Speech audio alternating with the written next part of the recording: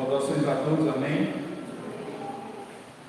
Vamos ver a programação da semana, programação normal.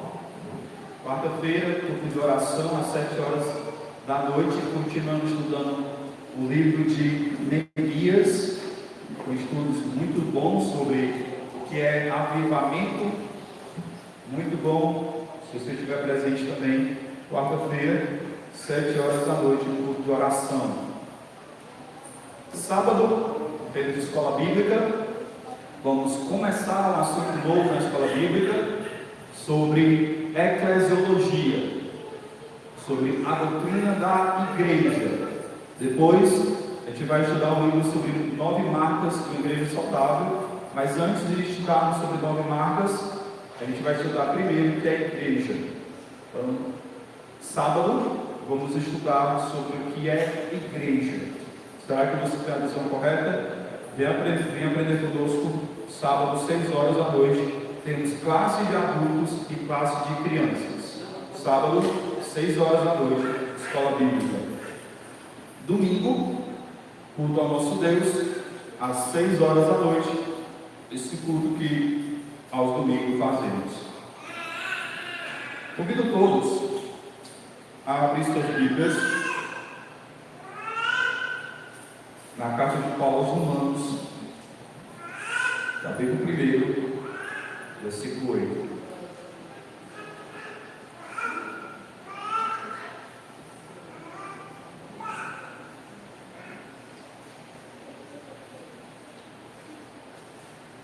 Vamos ficar de pé para ler esse texto.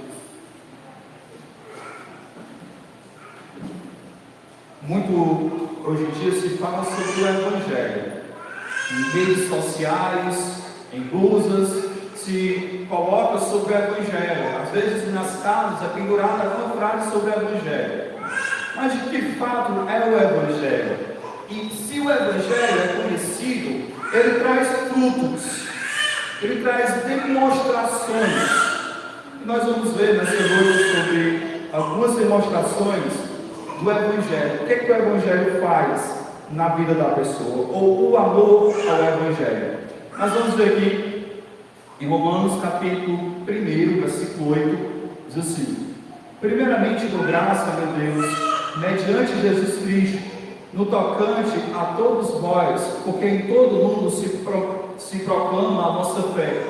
Porque Deus, a quem eu sigo em meu espírito, no Evangelho de seu Filho, é minha testemunha de como incessantemente faço menção de vós em todas as minhas orações, suplicando que em algum tempo, pela vontade de Deus, se ofereça boa ocasião de visitar-vos, porque muito desejo ver-vos, a fim de repartir convosco algum dom espiritual, para que sejais confirmados, isto é, para que em vossa companhia, reciprocamente, nos confortemos por intermédio da fé mútua, vossa e minha. Porque não quero, irmãos, que ignoreis que muitas vezes me propus em ter convosco, no que tenho sido até agora impedido, para conceder igualmente entre vós algum fruto, como também entre os outros gentios. Pois sou devedor, tanto a gregos como a bárbaros, tanto a sábios como ignorantes. Por isso, quanto a mim, estou pronto a anunciar o Evangelho também a vós outros em Roma. Vamos orar.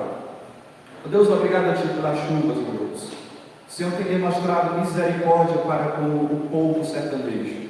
O Senhor tem demonstrado bondade para conosco. Obrigado, Senhor, que o Senhor tem derramado grandes chuvas sobre as nossas terras. Mas venha, Deus, também nos abençoar agora, mediante a palavra do Senhor.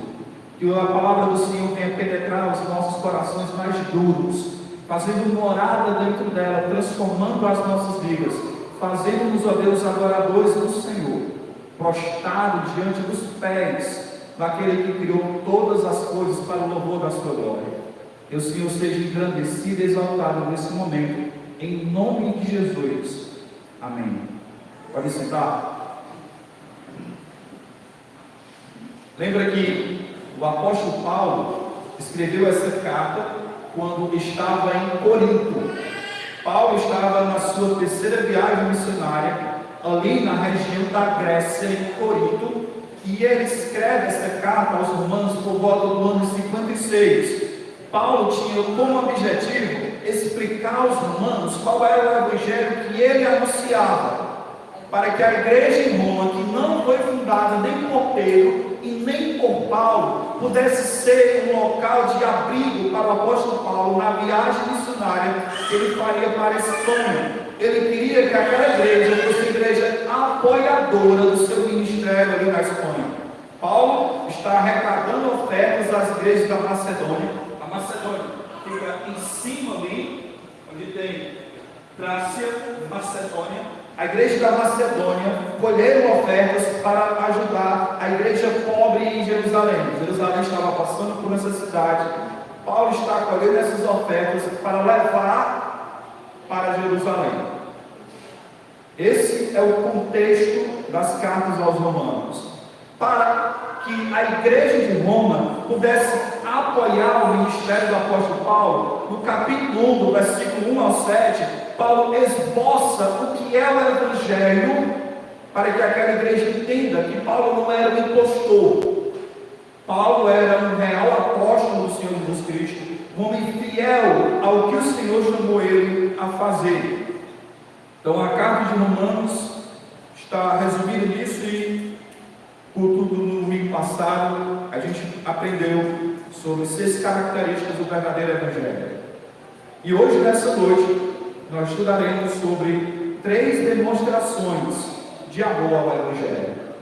3 demonstrações de amor ao evangelho. Aqueles que creram no evangelho que Paulo expôs terão essas 3 características na sua vida. Aquele que entendeu o evangelho verdadeiramente tem como marca na sua vida essas 3 características. Então, esse amor ao evangelho é demonstrado àquele que creu no evangelho. O evangelho, crido da forma correta, é fundamental, pois se você não creu no evangelho correto, o seu destino eterno é a perdição. Se você creu no evangelho correto, o seu destino eterno é a vida eterna, a salvação. Então o evangelho é central para a maior decisão da sua vida. Então vamos ver nessa noite aí 3 demonstrações do amor ao evangelho. Primeira demonstração ao amor ao evangelho é uma vida de oração. Primeira demonstração do amor ao evangelho é uma vida de demonstração. Acompanhe comigo. Versículo 8. Paulo diz assim: primeiramente dou graças a meu Deus, mediante Jesus Cristo, no tocante a todos vós, porque em todo mundo é proclamada a vossa fé. Observe aí comigo que Paulo, depois que expõe o evangelho que ele prega, ele agora começa a fazer as suas saudações para aqueles irmãos ali em Roma. Paulo mostra aqui que ele é grato para com Deus. Paulo tem uma atitude de gratidão a Deus pelaquela igreja ali implantada.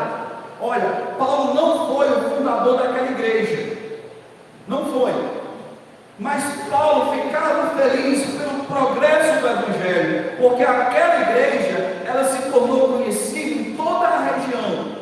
Paulo não era um homem voltado ao próprio nome dele. Paulo não era como algumas igrejas querem fazer da sua placa de igreja um nome célebre, ou alguns pastores querem tornar o seu nome mais conhecido. Eu fui pelas igrejas, eu fiz tudo isso. Paulo disse: olha, vocês não são meus filhos na fé, embora ele conheça vários, mas Paulo se alegra em ver o progresso do reino de Deus, que naquela igreja ali havia crentes verdadeiros. Olha aí, dou graças a meu Deus mediante Jesus Cristo. É interessante que Paulo mostra aqui que toda a oração ou atitude de gratidão em oração para com Deus, ou qualquer oração, é só mediante Jesus Cristo. Paulo não coloca aqui nenhum santo que media a nossa gratidão ou a nossa oração para com Deus. Pelo contrário, em 1 Timóteo fala que há só um mediador entre Deus e os homens, Jesus Cristo, o homem. Jesus, o Senhor Deus, é todo poderoso para ouvir a oração de todos nós. Ele não precisa como a maioria dos santos da Igreja Católica. Há só um mediador. Ele ora dando graças a Deus, mediando por Cristo Jesus. Ele faz aqui, mostrando que a intercessão, essa oração que Paulo está fazendo com Cristo, é por meio de Jesus. Nós só temos acesso a Deus em oração por meio de Jesus Cristo. Não há nenhum outro caminho que você possa orar a não ser por Jesus Cristo. É Jesus Cristo que leva os seus pedidos, as suas gratidões para com Deus. Por isso você não precisa orar em nome de Maria, em nome de São José, São Francisco, Santa Ana e vários desses outros santos, pois há só um mediador entre Deus e os homens, é Jesus. Jesus é quem media as nossas orações até Deus. Continua, ele diz assim, Paulo dá graças mediante Jesus Cristo no tocante a todos vós. Paulo estava feliz naquela igreja. Por que Paulo estava feliz? Porque em todo o mundo é proclamada a nossa fé. Paulo demonstra aqui uma gratidão pelo progresso da fé. Olha, às vezes nós ficamos felizes quando a nossa igreja está crescendo. Oh, coisa boa, pessoas estão se convertendo. Oh, coisa boa, pessoas estão fazendo estudos bíblicos. Oh, coisa boa, as pessoas estão retornando. Oh, coisa boa, as pessoas estão se rendendo a Cristo. Oh, coisa boa, está transformando vidas aqui em Xeré. Mas aqui Paulo mostra que era além do trabalho dele. Paulo ficava feliz com o progresso da outra igreja. Olha que interessante. Paulo não queria que fosse o nome dele que fosse destacado, mas o nome de Cristo que fosse anunciado. Que o progresso do reino de Deus não estivesse nas mãos dele, mas no plano soberano de Deus. Roma era a capital do império. Provavelmente várias pessoas iam até Roma. E a igreja de Roma anunciava o evangelho para essas pessoas. E essas pessoas voltavam para os seus países dizendo: olha, eu creio em Cristo lá em Roma. Lá em Roma eu me converti. Os crentes lá de Roma foi que me anunciaram essa fé em Jesus Cristo. Através dessa igreja em Roma, uma cidade estratégica, a igreja se tornou notória. A fé dessa igreja era proclamada em outras cidades. Eu creio, irmãos, que se Paulo fosse escrever hoje para Roma, ele escreveria outra carta. A igreja de Roma mudou totalmente. A fé de Roma hoje em dia é anunciada de uma forma distorcida, contrária às escrituras, mais política do que propriamente bíblica, mais seguindo filosofias humanas do que teologia bíblica. Roma, igreja católica romana, hoje em dia não é essa mesma que Paulo anunciou. Paulo dá graças a Deus àquela igreja daquele tempo, porque aquela igreja era um exemplo de igreja de fé, era uma igreja que demonstrava uma fé verdadeira. Continua, versículo 9, dizendo: porque Deus, a quem eu sirvo em meu espírito no evangelho do seu Filho, é minha testemunha. Paulo, continuando falando sobre essa igreja, quando ele fala, diz: Paulo, você está sendo capelão, você está querendo enganar as pessoas, você está demonstrando um amor para com essa igreja, uma atitude de gratidão, você está falando, escrevendo aí bonito, mas é porque você quer ganhar esse povo. Paulo fala: não é por isso, porque o Deus a quem eu sirvo é testemunha. Paulo aqui apela ao único que poderia ouvir as orações, que poderia entender o coração real de Paulo. Paulo diz: olha, eu estou dizendo essas coisas, não é como esses falsos profetas que querem gabelar as pessoas, que querem enganar com palavras falsas, mas eu sou grato para com Deus sobre vocês, e Cristo é testemunha, o Senhor Deus é testemunha. Olha, a palavra sirvo aí vem da ideia dos ofícios sacerdotais. Era o ofício que era feito diante de Deus no Antigo Testamento. Paulo fala desse sacrifício, mas o sacrifício em espírito. Olha, a quem eu sirvo em meu espírito. Paulo, ele servia a Deus, ele prestava serviço à igreja de Deus, mas era um serviço do coração. A ideia que tem aqui é essa, é o que Jesus falou, que os adoradores fariam em espírito e em verdade. São atitudes. Paulo diz, olha, eu faço gratidões a vocês verdadeiras, não é apenas por engano, é vindo realmente do meu coração. Você já conheceu alguém que faz isso? Que serve a Deus, mas o coração não serve? Você já conheceu alguém que quer demonstrar palavras bonitas para gabelar, para enganar o outro, mas o seu espírito é enganador? Paulo diz, não, eu não sou isso, eu sirvo a Deus. E nós vemos o serviço de Paulo, já era a terceira viagem missionária, e cada viagem missionária que Paulo plantava a igreja, na outra viagem Paulo repetia de novo, passava de novo em cada igreja. Paulo demonstrou serviço a Deus. Paulo foi esmurrado, foi tido como passado por naufrágio, tido como louco, em várias situações. Fome, nudez, ele explica tudo isso na sua segunda carta aos Coríntios. Tudo isso por serviço a Deus, por amor ao Evangelho.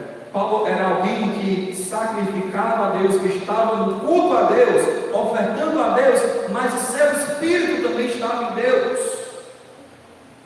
Era algo físico e do coração. Era algo externo e algo interno. Tudo isso no Evangelho do seu Filho. Paulo fazia tudo isso pelo Evangelho do seu Filho. Agora eu vou mudar um pouquinho. Eu vou dar um bombom para quem lembrar do primeiro ponto do ano passado. Qual é a primeira característica do Evangelho? Alguém lembra? O texto diz, aí, a dica que eu vou dar, o texto diz que o Evangelho é de seu Filho. Qual é a primeira característica do Evangelho? Isso! O Evangelho é de Deus. Ganhou um bombom, pessoal.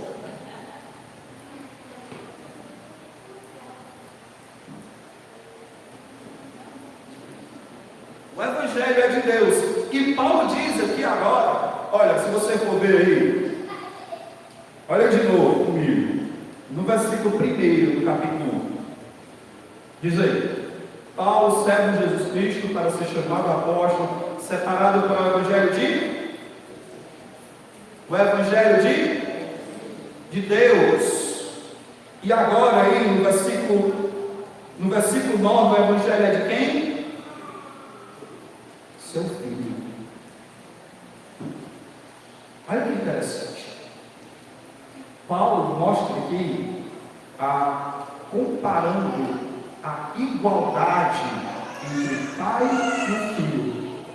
O Evangelho é de Deus, o Evangelho é do Filho, mostrando a autoridade de ambos. Não é que o Pai é um Deus maior e o Filho é um Deus inferior. Eles possuem a mesma autoridade. O Evangelho é deles, o Evangelho pertence a eles, mostrando aqui a igualdade entre o Pai e o Filho. E o Filho aí, ou o Pai, mostra aí que é testemunha. Testemunha de quê? Versículo 9 ainda. Testemunha como incessantemente faço menção de todos vós, em todas as minhas orações e súplicas, que em algum tempo, pela vontade de Deus, se ofereça boa ocasião de visitar-vos. Paulo demonstra amor pelo progresso do Evangelho em orar por essa igreja. Paulo diz isso incessantemente. eu coloco você diante de Deus. Paulo era um homem bem ocupado. Além de ser o apóstolo dos gentios, o anunciador do evangelho, ele trabalhava fazendo tendas. Ele ia para aquela cidade, fazia tendas, pregava aos doutores, aos judeus, anunciava o evangelho aos simples e a todos os povos. Mas ele era também um homem de oração. Você vai ver isso na carta de 1 Coríntios, Filipenses, Colossenses, Tessalonicenses, 2 Timóteo, Filemão. Você vai encontrar Paulo dizendo: eu sempre oro por vocês. Então, uma das maneiras de demonstrar amor para com o evangelho, se você de fato ama o evangelho, é glorificar a Deus pelo progresso do evangelho na vida das pessoas.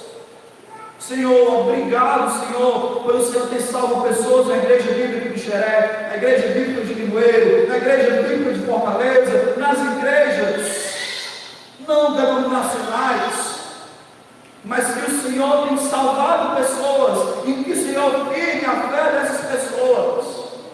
Uma das demonstrações que você mais ama alguém é quando você ora por aquela pessoa. Quando você coloca diante de Deus aquelas pessoas. Portanto, se você ama os seus parentes, ore pela salvação deles. Se você ama os irmãos da fé, ore para o progresso da vida deles. Ore por isso. Ore para que o evangelho pregado venha trazer efeitos.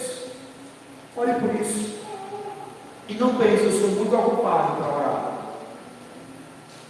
Minha vida é tão corrida que eu nem oro. Quem faz isso está pecando contra Deus. A oração é algo que o crente deve fazer diariamente. E vocês têm muitos motivos de oração. Paulo orava aqui pelo progresso do evangelho em Roma. Você pode orar também. Senhor, salva pessoas de Quixeré. Senhor, salva meu pai, salva minha mãe, salva meu irmão, salva meu marido, salva minha esposa, salva meu amigo, salva minha irmã, salva meu irmão, salva meu vizinho, Senhor. Senhor, que o evangelho daquelas pessoas que creram no Senhor, que os irmãos em Quixeré cresçam mais, amadureçam mais na fé, que eles se despertem a anunciar o evangelho aos outros. Às vezes nós oramos pouco e achamos que temos poucos motivos de oração, mas o relacionamento que você tem com Deus é demonstrado no quanto tempo você tem de oração. Paulo era um homem que tinha um relacionamento próximo com Deus, e por isso ele demonstra orações na sua vida. Quanto mais perto de Deus, mais dependentes somos dele. E quanto mais dependente de Deus, mais nós oramos. Quanto mais orgulhosos somos, menos oramos. Quanto mais fracos na fé somos, menos oramos. Portanto, se você se vê desmotivado, sem fé, cabisbaixo com relação à caminhada cristã, tropeçando, avalie a sua vida de oração. Como é que está? Mesmo que você apenas dobre os joelhos em pensamento, mas ore. Ore, como diz certo teólogo, ore até orar. Comece a falar com Deus, abra o seu coração. Oração não é coisa de crente pentecostal. Oração é coisa de quem é crente verdadeiro. O crente verdadeiro ora. E quanto é triste ver os cultos de quarta-feira de irmãos que não vêm e de que não querem orar. A oração é a sua intimidade com Deus. E se você não ora nem nas quartas-feiras, certamente não ora também em casa. Eis a grande importância da frequência dos cultos. Se você ama o evangelho, ore pelo progresso do evangelho. Segunda demonstração de amor que Paulo nos ensina aí, é que o desejo de ter comunhão com os demais irmãos, de ser demonstração de amor, é ter esse desejo de ter comunhão com os demais irmãos. Olha de novo, no versículo 10, no finalzinho, eu vou ler tudo assim: em todas as minhas orações e súplicas, olha para que Paulo orava. Paulo orava também suplicando a Deus que, em algum tempo, pela vontade de Deus, Paulo, ele tinha desejo de estar com os irmãos lá em Roma, mas ele orava não determinando a Deus: Deus, eu decreto que eu vou para Roma, como muitos apóstolos hoje em dia fazem isso, decretando as coisas, impondo as coisas a Deus. Paulo diz: Senhor, se for pela tua vontade. E o desejo dele é que faça isso, que se ofereça boa ocasião de visitá-los. A oração de Paulo era que Deus abrisse as portas para ele visitar essa igreja. Paulo, de fato, ele orou a Deus, mas a sua oração não foi atendida como Paulo quis, mas como Deus quis. Paulo orou para que pudesse visitar a igreja de Roma. Paulo não visitou a igreja de Roma. Os irmãos foram até Paulo, porque Paulo estava preso. Mesmo Paulo orando a Deus, o Senhor disse não a Paulo. Não tem para que Deus fazer tudo o que a gente quer. Deus tem planos maiores sobre a nossa vida. Tem coisas que, por mais que nós oramos, que seriam coisas boas, como Paulo orou, mas Deus tem um plano maior. Foi através da prisão de Paulo em Roma que Paulo escreveu aos Éfesos, aos Colossenses, aos Filipenses, a Filemon. Foi através de Paulo que ele não foi para a Espanha, mas ficou preso em Roma, que Paulo não chegou fisicamente à Espanha, mas as suas cartas chegaram lá e estão lá até hoje. Paulo, mesmo orando por uma coisa correta, o Senhor disse não. Mesmo Paulo tendo desejo de congregar com os irmãos. Olha, continua comigo aí. Vamos ver esse desejo de Paulo. Versículo 11. Porque muito desejo ver-vos, a fim de repartir convosco algum dom espiritual. Paulo diz que tem desejo de estar com aquela igreja, com o fim de compartilhar o dom espiritual. Paulo tinha um dom espiritual de ensino. Ele era um apóstolo. Ele é alguém que anunciava as revelações de Deus. E ele diz aqui que o desejo deles era esse: de repartir com eles o dom que ele tinha. Não é que Paulo impunha as mãos e dizia: receba agora o dom. A ideia não é essa. A ideia é que o dom da palavra que Paulo tinha era compartilhado com os outros. Os outros recebiam da experiência de Paulo, como alguém que vai para o seminário, que vai aprender os professores. É como um irmão que está aprendendo com outro irmão a tocar violão. Mesmo ele tendo dom, ele compartilha com outro irmão a sua experiência.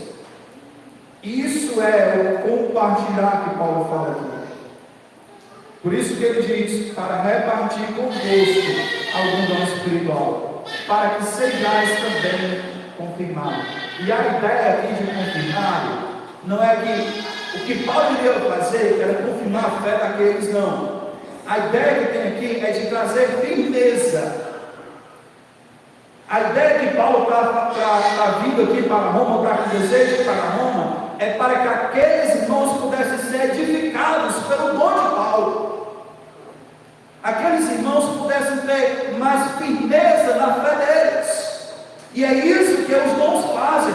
Os dons vão ajudando uns aos outros a se firmarem mais na fé. Você lembra que Paulo, eu já preguei no domingo passado, ou 2 domingos passados, que os dons espirituais serviam para isso, para que não sejamos mais como meninos levados de vento ou qualquer vento de doutrina. Paulo mostra aqui que os dons são importantes na igreja, mostrando que os dons vão firmar mais a fé uns dos outros. edificar a vida do outro. Continua, versículo 12. E isto para que, em vossa companhia, reciprocamente, nos confortemos com a intermédio da fé mútua, vossa em mim. Talvez Paulo dá uma freada ali. Paulo está dizendo: olha, eu vou aí e eu vou compartilhar os meus dons para que vocês estejam firmados. Pô, peraí, esse rapaz é muito orgulhoso. Por que só ele é que vai edificar a gente? Por que esse homem é tão prepotente assim, que acha que só ele é que vai firmar os nossos pés? Paulo dá uma freada assim: peraí, isto é, calma aí.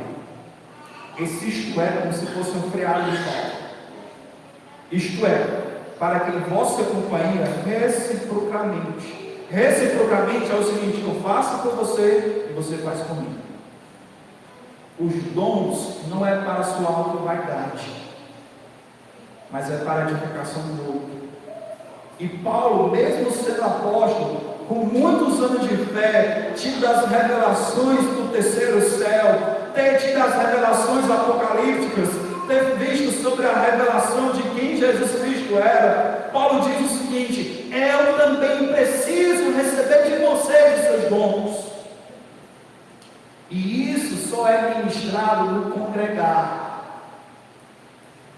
O compartilhar os dons de dar e receber, são só feitos reciprocamente no congregar. Sem congregar, não há como você ser edificado nos dons. Sem congregar, não há crescimento espiritual. Sem congregar, isso não acontece. E olha que importante, mesmo Paulo sendo apóstolo, ele precisava de irmãos daquela igreja. Paulo não se achava o superior crente de todos os tempos, o supremo crente, o super crente.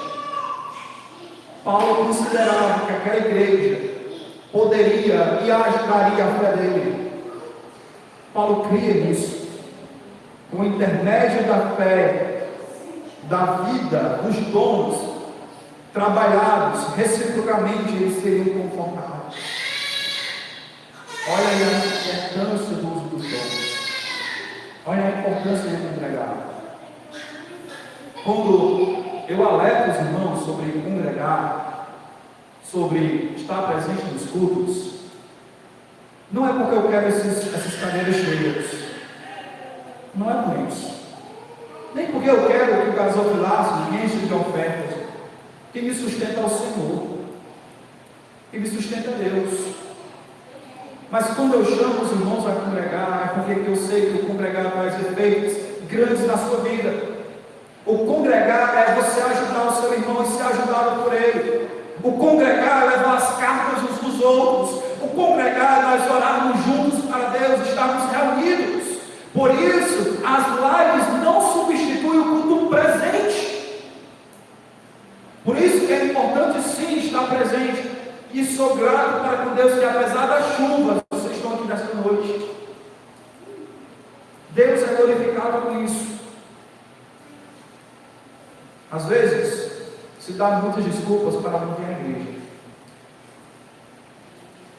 Muitas. Mas não vê nenhum motivo de estar presente. Às vezes só vem quando dá certo. Não quando você faz dar certo. Quantos irmãos, às vezes, fazem programações em dias de culto? Fazem coisas em dia de culto. Isso substitui a quem você deveria dar prioridade. Eu quero sim que essas cadeiras estejam cheias. É meu desejo que essa igreja cresça cada vez mais em pessoas. Meu desejo é isso sim. Mas meu desejo não é porque eu quero que meu nome seja visto. O pastor Marco fez com que a igreja de Xeré crescesse demais. Eu não quero isso. Eu quero que essas cadeiras estejam cheias porque eu sei que os resultados que ela trará na sua vida. Porque eu sei dos resultados que o congregar traz na sua vida. Por isso que eu insisto em congregar. Por isso que, às vezes eu mando mensagens, o que eu falo? Ou vou visitar, mostrando que é a importância da presença. Porque a Bíblia demonstra isso. Paulo estava querendo congregar na igreja de Roma, para que ele aprendesse com os dons ali. Versículo 13. Porque não quero, irmãos, que ignoreis, que muitas vezes me propus a ir teimoso no restante, ou no que tenho sido até agora impedido, para conseguir igualmente entre vós algum fruto. Paulo queria ir para lá, mas Paulo disse: eu estou impedido. Provavelmente Paulo está falando aqui porque ele fez um programa, e nesse programa Paulo queria passar em Roma, mas não deu certo. Provavelmente é porque havia nessa cidade de Paulo ainda permanecer em Corinto, por alguns motivos que não é mencionado. Mas Paulo disse: eu queria ter conosco, meu projeto era ir passar aí, mas não deu certo. Provérbios nos ensina isso. Nós fazemos planos, mas a resposta vem do Senhor. Paulo tinha desejo de ir para lá, e ele queria muito fazer isso, mas o Senhor disse: não, você não vai agora. Você não vai agora. Você vai lá para mim, não como você quer, mas você vai. Mas não agora. Por que Paulo diz isso? Para conseguir igualmente entre vós algum fruto. Provavelmente, quando Paulo fala aqui algum fruto, pode ser fruto da sua maturidade espiritual, ou especialmente pode ser fruto de conversões. Paulo estava com desejo de ir para Roma, para que pessoas fossem salvas através da pregação de Paulo. Olha que interessante. Paulo, ele anunciou o evangelho em várias cidades. Foi o maior missionário que existiu. Mas mesmo assim, ele estava com desejo ainda de ganhar mais pessoas para a igreja. Ele não se cansava de anunciar o evangelho. E ele queria ir para Roma, para que através dele pudesse o Senhor gerar salvação nas pessoas. Como ele disse também, como também entre outros gentios.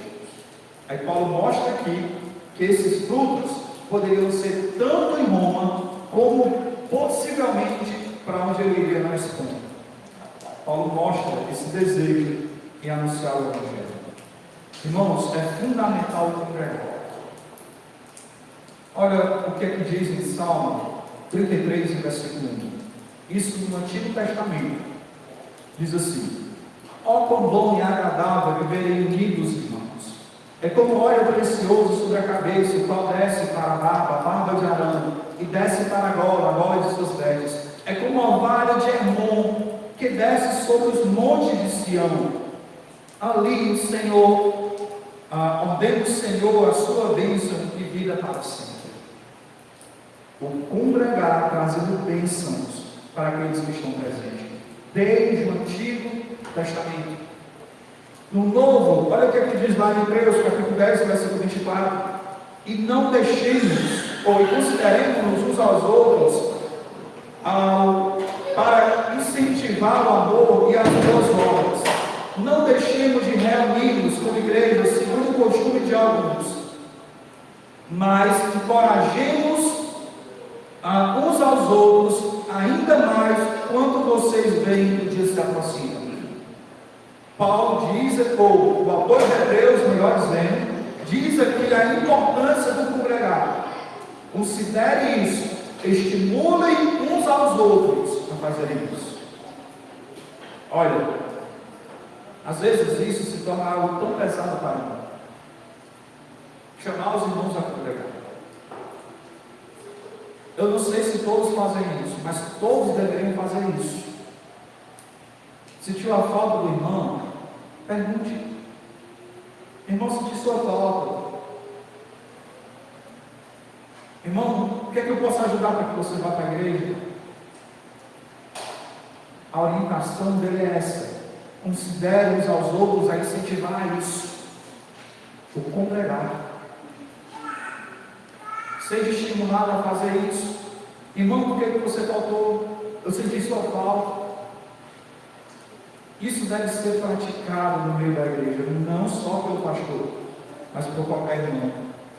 A congregação é importante para a fé cristã, pois o convívio de uns com os outros irmãos é essencial. Deixar de congregar pode levar ao esfriamento espiritual e à fragilidade da fé. A falta de comunhão pode tornar a fé mais vulnerável e a mente e o coração mais suscetíveis às dúvidas e às influências negativas. Eis aí a importância do congregar.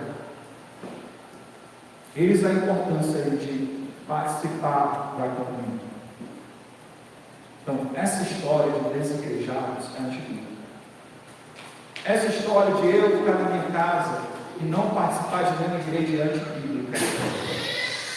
Mesmo que tenha irmãos que você não vá com a cara dele, mesmo assim, Deus está trabalhando o seu caráter para que você se dobre diante de Deus. E aqueles irmãos que você não sabe conviver, é Deus trabalhando o seu coração para que você se torne a imagem de Cristo. Ficar em casa sem congregar não é a vontade de Deus sobre a sua vida. Não. Terceira demonstração de amor para com o Evangelho é um sentimento de dever anunciar o Evangelho. É o sentimento de dever em anunciar o Evangelho. Olha o versículo 14.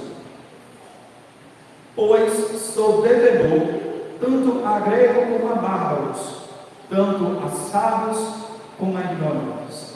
Paulo diz para aquela igreja que queria ir para lá, para que gerasse frutos ali em Roma, para que gerasse frutos em outros gentios, provavelmente pensando na Espanha.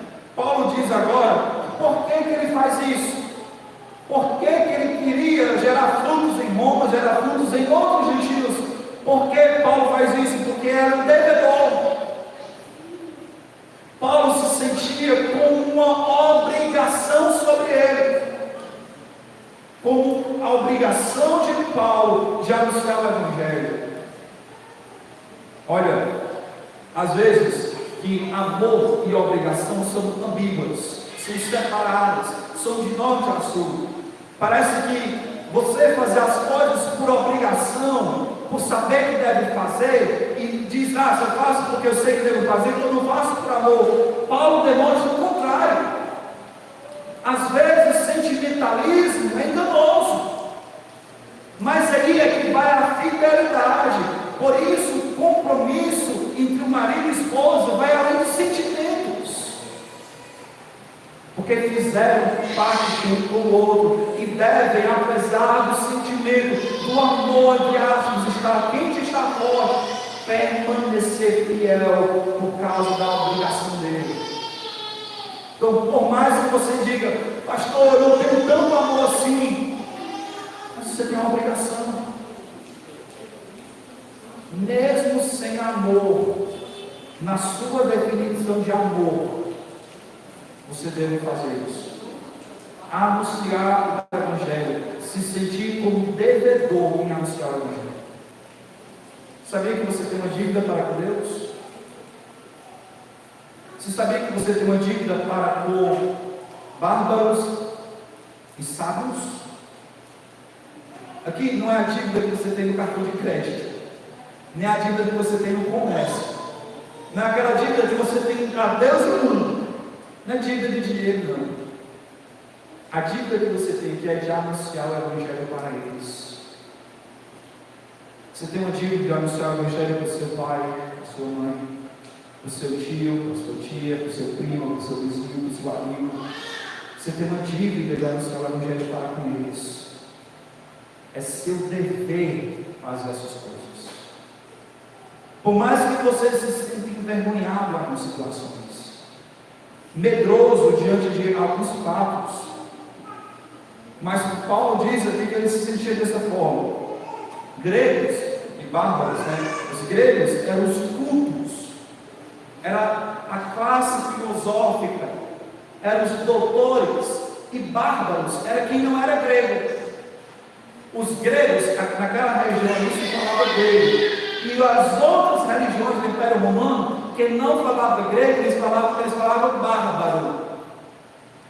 Quando eles falavam bárbaro, então eles fazendo piada da linguagem dos outros, eles diziam que eles eram bárbaros. Então bárbaros é quem não fala grego, que a ideia é quem não tem a cultura grega. Então Paulo está dizendo que ele está devendo a quem é grego e quem não é. E mais, ele diz: eu sou tanto devedor, tanto a sábios como a ignorantes, com os doutores, com os iletrados, os analfabetos. Paulo diz aqui que ele devia pregar o evangelho a todas as pessoas. O senso de obrigação de Paulo. Por que Paulo era devedor? Nós encontramos Paulo ali em Atos 9, está a caminho de Damasco. E lá a caminho de Damasco, Paulo encontra Jesus Cristo. E ele cai por terra da sua arrogância. E Cristo ali o transforma. E ele encontrou a salvação. E dali em diante, Paulo também queria compartilhar para os outros a salvação. Nós somos devedores, porque encontramos o dom da vida. E devemos compartilhar com aqueles que ainda estão famintos. Veja quão egoísta você é. Você que não anuncia o Evangelho. Você encontrou vida em pessoas mortas. Você encontrou amor em pessoas que só vivem em ódio e perdição. Você encontrou o pão da vida e os outros estão com fome. Você encontrou a água que traz a saciedade para a vida eterna e os outros estão com sede. Quando ficamos sem anunciar o Evangelho, somos egoístas e orgulhosos. Vamos pegar aqui um exemplo comigo. Vamos lá em 2 Reis. Abra sua Bíblia, tem aqui na verdade. Desculpa. Tem aqui 2 Reis, capítulo 7, versículo 3. Aconteceu o seguinte: o povo de Israel, na região de Samaria, foi sitiado pela Síria.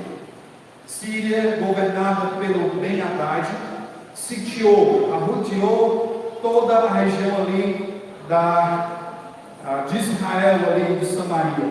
Chegou a tal ponto que eles ficaram com fome, que as mães entregavam o próprio filho para se alimentar.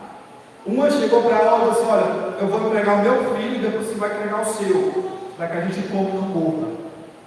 Tamanha fome era em Israel naquela época. Mas olha o que foi que aconteceu. 2 Reis 7:3.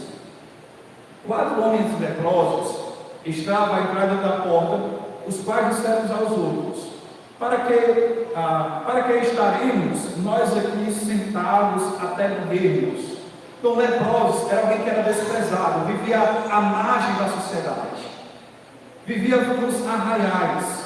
E eles disseram isso: o que é que nós vamos fazer? Se a gente ficar aqui, a gente morre. Se a gente for, a gente morre também. O que a gente vai fazer? Versículo 4. Se dissermos: entremos na cidade, há fome na cidade, e morremos lá. Se ficarmos sentados aqui, também morreremos. Vamos, pois, agora e demos conosco no arraial dos filhos. E se deixarem viver, viveremos. E se nos matarem, então somente morreremos. Se ficar o bicho pega, correr o bicho come. A situação é essa. Se eu ficar, eu morro. Se eu for, eu morro também. Mas vamos até lá. Versículo 5. Levantaram-se ao anoitecer para dirigirem ao arraial dos sírios. E tendo chegado à entrada do arraial, eis que não havia ninguém lá, porque o Senhor fizera ouvir do arraial dos sírios ruídos de carro e de cavalos, e ruídos de um grande exército, de maneira que disseram uns aos outros: eis que o rei de Israel rogou contra nós os reis dos heteus, dos reis dos egípcios, para virem contra nós. Então, no arraial ali, onde o exército estava acampado, eles começaram a ouvir ruídos.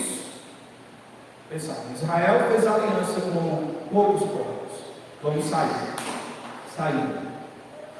Aquele exército acampado saiu dali. Continua, versículo 7. Pelo que se levantaram e fugiram ao anoitecer, deixaram suas tendas, seus cavalos, seus jumentos e o arraial como estavam, e fugiram para salvar sua vida. Chegando, pois, aqueles leprosos da entrada do arraial, entraram na tenda e comeram e beberam, e tomaram dali prata e ouro e vestes, e foram e esconderam. Voltaram e entraram em outra tenda, dali também tomaram algumas coisas e a esconderam. Então disseram uns aos outros: não fazemos bem, este dia é de boas novas.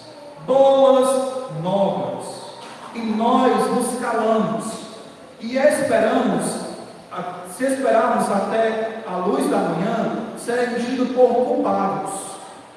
Agora, pois, vamos e anunciemos a casa do Senhor. Então, esses 4 mendigos encontraram um grande banquete. E foi que eles pensaram: vamos comer tudo, oh coisa boa, vamos comer tudo, é tudo nosso, tudo nosso. Depois veio o peso na consciência. Olha, os leprosos eram desprezados. Eles viviam à margem da cidade, viviam tido como povo que era excluído da sociedade. Mas eles encontraram pão farto. Se eles não anunciassem que os assírios tinham saído, eles seriam tidos por culpado. Porque eles tinham uma boa notícia para anunciar e não anunciar. Perante Deus, nós somos responsáveis também por pregar o Evangelho a todos aqueles que estão no nosso lado. Se nós não anunciamos o Evangelho para os perdidos, somos culpados para com Deus. Você já se sentiu culpado por não pregar o Evangelho? Se você ama o Evangelho, você fala dele. Cristo falou que a boca fala o que está cheio do coração. Se você ama o Evangelho, você fala dele. Você fala para os seus amigos, para o seu vizinho, para o seu pai, para quem for. Porque você ama o Evangelho. Você sabe do poder do Evangelho. Versículo 15 diz assim: por isso, quanto a mim, eu estou pronto a anunciar o Evangelho também a vós outros irmãos. Porque Paulo se sentia devedor, ele se sentia preparado para anunciar o Evangelho. Talvez você diga: pastor, eu não sou como o apóstolo Paulo. Pastor, eu não tenho o mesmo estudo que o Senhor, pastor. Eu entendo isso. Mas você pode pegar um folheto e entregar alguém. Você pode chamar para alguém: vamos ali assistir o culto na igreja bíblica. Começa às 6 horas do domingo, vamos lá para o culto comigo. Convida onde tem pão. Fala: pastor, vamos ali visitar alguém para você anunciar o Evangelho. Pastor, abra minha casa para que tenha um culto lá. Se sentindo devedor de pregar o Evangelho. Participar, quando nós vamos visitar as casas, levando folhetos, falando a palavra, participe conosco. Se sinta em dívida em pregar o Evangelho. Nós temos vários folhetos aqui atrás. Você pode pegar esses folhetos e para quem você vê pregar esses folhetos. É importante fazer isso. É importante anunciar o Evangelho. Eu quero concluir lembrando em rápido os 3 pontos que demonstram amor para o Evangelho. O amor para o Evangelho é demonstrado através de uma vida de oração. O amor para o Evangelho é demonstrado pelo seu desejo de ter comunhão com os demais irmãos. O amor para o Evangelho é demonstrado através de um sentimento de dever em anunciar o Evangelho. Então, você ama o Evangelho de fato? Você que um dia declara fé em Jesus Cristo, você ama o Evangelho? Aqui é o termômetro para saber o quanto você ama. Você tem de fato amado o Evangelho? Eu quero concluir mesmo agora com algumas aplicações ou considerações finais. Primeiro, o Evangelho é transformador. Quem é que está dizendo que ama o congregar? É aquele que outrora estava perseguindo a igreja. Era aquele que outrora era como um animal feroz, pronto a devorar a sua presa. O texto lá de Atos que fala é isso. É aquele que consentiu, que foi assassino da morte de Estevão, porque ele segurou as vestes daqueles que estavam apedrejando. Aquele que perseguia a igreja, agora tinha o desejo de congregar, e o Evangelho é poderoso para fazer isso. Não há ninguém tão duro que o Evangelho não penetre e transforme a sua vida. Não há pecador tão miserável que o Evangelho não tenha esse efeito transformador. O Evangelho pode salvar o mais religioso ao mais terrível pecador. O Evangelho salva todas as pessoas. O Evangelho é transformador. Salva o macumbeiro, salva o católico, salva o espírita, salva o alcoólico, salva a prostituta, salva o homossexual, salva o mentiroso, salva o fofoqueiro, salva o difamador, salva o enganador. O Evangelho salva a todos os homens. Por isso, anuncie. Fale do Evangelho aos outros. Pastor, é impossível que meu marido seja salvo. Não, para Deus não há nada impossível. Não há. É impossível que meus filhos sejam salvos. Não. Tudo é possível quando o Evangelho é pregado. Pregue e veja os efeitos. Segundo, quem ama o Evangelho, ama ter comunhão com quem vive o Evangelho. Se você ama o Evangelho, você ama também quem ama o Evangelho também. Você já viu que tem coisas que unem pessoas? São coisas incomuns. Se você gosta de uma coisa, gosta de andar com as mesmas coisas, aquilo nos une. E através do amor do Evangelho, nós temos comunhão com o outro. O Evangelho une pessoas. Se você não gosta de se reunir com alguém que ama o Evangelho, provavelmente você não ama o Evangelho. Se você não ama congregar, provavelmente você nem conheceu o Evangelho. Então é importante sim o congregar. Terceiro, não há crente tão perfeito que não possa ser ministrado por um irmão mais simples. Não pense, eu sou tão inteligente que não preciso da irmã que não sabe entender. Nós precisamos uns dos outros. Não existe supercrente. E na coletividade, no recíproco do dar e receber, nós somos edificados. Então, o seu dom é importante também para mim. Quarto, não podemos ficar com um banquete do Evangelho só para nós mesmos. Devemos anunciar aonde encontramos pão, encontramos o pão da vida.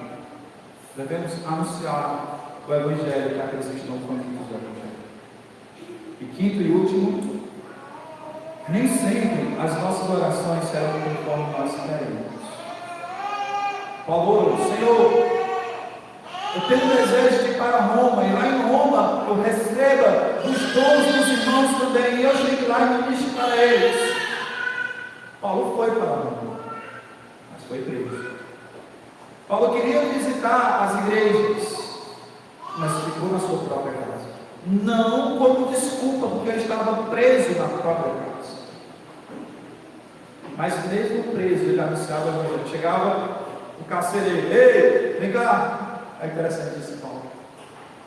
Paulo tinha 6 de anunciar o Evangelho. Paulo fala, vem cá, você já ouviu falar daquele homem lá de Nazaré chamado Jesus? Jesus? Não, nunca ouvi falar. Pois é, ele é o Rei da Glória. Ele é que nasceu lá na região da Galileia. Ele é que cumpriu todos os requisitos daquele que criou os céus e a terra. Só há um Deus e ele se fez carne. Paulo anunciava, chegava um preso lá e anunciava o Evangelho. Chegava alguém e anunciava o Evangelho. Por quê? Porque ele se sentia devedor dessas coisas. Outra passagem que me falha a memória agora, ele fala sobre isso. Porque sobre mim pesa essa obrigação, porque ai de mim, se não anunciar o Evangelho. Paulo estava preso, mas a prisão foi da vontade de Deus. Paulo orou, e o Senhor ensinou. Irmãos, nós temos grandes exemplos de homens de Deus que oraram e Deus disse não. Deus disse não. José ficou preso, lembra de mim, copeiro, padeiro, lembra de mim. Fica aqui um pedaço. Pega aí. Jesus, orei no Getsemane, Pai, se possível, passe de esse cálice. Deus disse, não, eu tenho outro propósito. Paulo orando para ir à igreja de Roma, ele disse não. Paulo orando em 2 Coríntios, Senhor, tira de mim esse espinho da carne. E o Senhor brada do céu, Paulo, a minha graça te basta, porque o meu poder se aperfeiçoa na fraqueza. Muitas vezes Deus diz sim, mas muitas vezes diz não. Mesmo que você ore com a máxima fé possível, mas Ele pode dizer não, isso não é educativo. É te tornando a imagem de Deus. Não seja como uma criança mimada. E quando Deus diz não, você fica enlouquecida com Ele. Deus diz não com propósitos maiores. Que através do nome de Deus, que Efésios, Filipenses, Colossenses e Filemão foi escrito. Através do nome de Deus. Deus tem planos maiores para a gente pensar. Amém? Vamos lá. Senhor, obrigado a Ti, ó Pai, por esse tempo de estudo da Tua Palavra, que possamos amar verdadeiramente o Evangelho. Quantas vezes temos sido egoístas, egocêntricos a Deus, amamos mais a nós mesmos do que o Teu Evangelho. Possamos, a Deus, ver com os Teus olhos, amar o perdido, a Deus, amar o progresso do Teu Evangelho. A Deus, muda o nosso coração, muda as nossas atitudes perante o Senhor, Pai.